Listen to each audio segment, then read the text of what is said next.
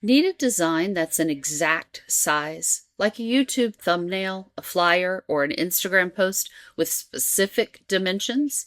In this quick Canva tutorial, I'll show you exactly how to set a custom size for your design, step by step. First, head over to your Canva homepage. You can do this from your computer or mobile device. Make sure that you're logged into your account. Next, click the Create a Design button in the top right corner. You'll see a drop-down menu with common sizes like Instagram posts and presentations and documents. But since we're setting a custom size, you're going to look for the option at the bottom that says Custom Size.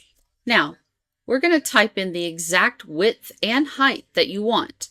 You can switch between pixels, inches, millimeters, and centimeters depending on your project. For example, if you're creating a YouTube thumbnail, you might enter 1280 by 720 pixels.